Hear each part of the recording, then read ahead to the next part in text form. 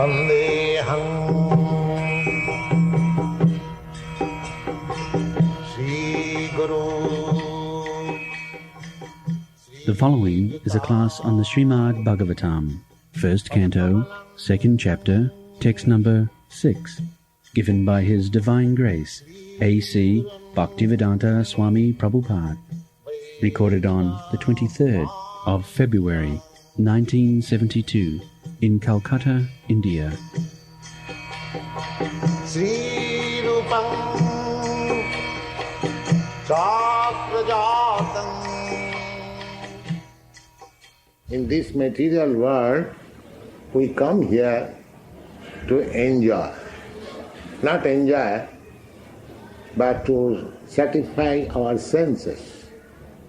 This is material life. But that is not the right process to develop the sense enjoyment process. The modern civilization, they are increasing the sense enjoyment process, making life more and more complicated. Because the real motive of human life is to develop a devotional service to the Lord. Or in other words, instead of gratifying our senses, we should gratify the senses of the Lord. That is it. We cannot independently gratify our senses. The Ishopanishad therefore says, Tena taktena bhunjitha. Directly we cannot. The best example is, you give me a nice foodstuff, rasgulla, the fingers catches it, but it cannot enjoy it directly. That is not possible. It must give to the stomach. And when it is given to the stomach, the energy produced by eating that foodstuff is distributed not only in these fingers, but other fingers and other parts of the body. This is Krishna consciousness. We are making center Krishna. Krishna said, Jat karosi, jat juhosi, jadasnasi, tapassi siddha. You work, whatever you like, you work. But ultimately you give me the result of it. That is Krishna consciousness. We do not want to stop anything. People may not misunderstand that we want to stop business, we want to stop industries or our general modes of life. You be engaged in your occupational duties, but resultant action of that duty you offer to Krishna. Don't take it. Karmanne badikaraste ma phalesh padas. Don't take the result. Then you will impeach. The same example, just like this hand picks up a very nice rasgulla, but it does not take. It gives to the stomach. And then it enjoys. That is the process. This spirit of giving to Krishna is now forgotten. Therefore, people are suffering. Because they are not trying to enjoy in the process. That this is the process. You take a rasgulla, give it to the stomach. This is the process. Similarly, whatever you possess, you give to Krishna and take prasada. Then you will be happy. Otherwise, it will not bring happiness. Because that is not the process. And people are following a wrong process to enjoy directly. That is implication. In the Bhagavad Gita also it is said, Jagyarthe karma. You work. But Jagyarthe, Jagya means Krishna, Vishnu. You work for Krishna. Jagyartha karma. Annatra karma bandhana. Otherwise, he will be entangled. Either the result will be good or bad, so you have to accept it. Generally, we like that. They are good, bad. They are. But Shastric process is that whatever you are destined to get, you will get it. Prahlad Maharaj said, Sukham oindriyakam daitya deva yogena dehina. You are destined to a certain standard of sukha, happiness, according to your body. Just like a man is born in a millionaire's family. He has got a type of body, so the enjoyment is there. And at the same time, a man is born in a cobbler's family. He cannot expect the enjoyment of the millionaire's family. That is not possible, because he has got a different type of body. And he has got a different type of body. So Shastra says, as you have got body, so your happiness, let us take the happiness portion. Distress also is there. Here, there cannot be any unalloyed happiness. There must be distress. But if take only the good portion, happiness portion, the Shastra says that your happiness is destined according to your body. That is already made up, set up. You cannot change it. So, Shastra says that don't try to increase your so-called happiness by laboring so hard. Whatever body you have got, a certain type of happiness you will get. Just like a hog. A hog has got a certain type of body, he will feel pleasure by eating stool. He cannot improve it because he has got the body like that. So, according to our body, we get our happiness. So our time should be saved for improving Krishna consciousness. That is the law of nature. Don't try to improve your material condition. The material happiness, whatever is destined according to your body, which is already given to you, and you will have it without any endeavor. Jatha dukkham ajatnata. Just like you have to enjoy or suffer also, that is also according to the body. Ajatnata. You don't endeavor for the distress, but you get. Similarly, you don't endeavor for happiness, you will get. So, this is the philosophy of Krishna consciousness. We should save our time to develop our Krishna consciousness. Savai pumsaparo dharma jato bhakti vadokkhai. We should simply endeavor for developing Krishna consciousness. Then, Jayatma samprasidati. Then you will be happy. Otherwise, you will never be happy. This is Krishna consciousness philosophy. Saman substance. Now you can ask me question if you have got any doubt. Ahankara vimuratma kartaham iti mannate. The whole summary is that this human form of life is very, very important.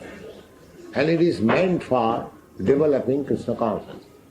If you neglect this business and simply engage for sense gratification, that is spoiling time. Sarma eva hi keval. Another point also. The body is already in trouble. It is not useless. Huh? His body is not useless. Yeah. Why do you give him cust for nothing? No, you don't require. Of course, there is a process which is called tapasya. That is another thing. Tapasya, according to our this Krishna consciousness, we also undergo tapasya. Just like we say that don't have illicit sex life. If you follow yam niyam, then it is Eh? You follow yam and niyam. And this is Jamniyam, that you don't have illicit sex life, don't eat meat, don't take intoxication, don't engage yourself in gambling. And observe Ekadasi, fasting, Janmashtami, chant Hare Krishna. So our method is very simple, everyone can follow. Material prosperity is not dependent upon duty. What is the duty? Your duty is Krishna consciousness. This duty artificial. A man doing his duty, suppose a businessman, he starts business with a small amount, he becomes very rich. Another man starts business with big amount, he loses everything. Huh? That karma means that whatever happiness he has to enjoy, that will come automatically. Otherwise, he is destined to have something. That will come. Jatha dukkham ajatana. Our only point is that human life is very valuable. We should not waste it for nothing. Modern method of civilization is to develop economic development, to live very comfortably. That's all right. You do it. Everyone do his own business. But you don't forget Krishna. That is not good. The point is, our real business is to understand Krishna. But people do not try to understand Krishna. They simply try for economic development. But first business should be to understand Krishna. Other business should be secondary. At the present moment, it is very difficult task. Srila Prabhupada, wasn't it true when they developed Krishna consciousness that they at that time even had better economic development, higher economic development when they were Krishna conscious? But we don't take to Krishna consciousness for developing higher economic position. No. I mean, it goes to show that even no matter how much we try to... That is Krishna's mercy. Yoga kshemam vaham tesam satadujuktam. Those who are engaged in Krishna's service, they are never put into distress. Kaunteya pratijanihi name bhakta pranasya. Krishna's devotee is never vanquished. Even they are artificially put into distresses, just like Pandavas, they were put into distresses artificially. Prahlad Maharaj was put into distresses by his father even. But ultimately, he came out victorious. So we should not be disturbed. Even superficially we see that a devotee is in distress. Devotee, a real devotee, he does not take anything as distress. He takes everything as Krishna's mercy. Tattenu kampa susumak samana. Otherwise, that is not pure devotion. Actually, devotee is never in distress. People may see that he is in distress. Just like there is a very good example. You are going to Mayapur, you will find. His name was Sridhar. Kulavacha Sridhar. His income was very poor. At night he would chant Hare Krishna mantra very loudly. Hare Krishna, Hare Krishna. His neighboring friends would say, this man has no income and because he is hungry, now he is chanting Hare Krishna. He is hungry. So one day Chaitanya Mahaprabhu used to take away his possession, flowers. He was selling, making business, making some dona. What is called dona? Yes. That was his business. So Chaitanya Mahaprabhu would take away some of his fruits and dona as a friend. So one day Chaitanya Mahaprabhu said that Sridhar, you take benediction from me. So he said, what benediction? No, you are so poor that your house is not even properly repaired. There are so many holes in the roof. Still I have got a nice house because it is better than the bird's nest. They have no roof. They have no roof and they live on the tree. I have got a shelter. What is the difficulty? There is no difficulty. In this way, Chaitanya Mahaprabhu wanted to offer him so many things and he said, no, I have no trouble for this. If you want to benedict me, please give me a pure devotion on your lotus.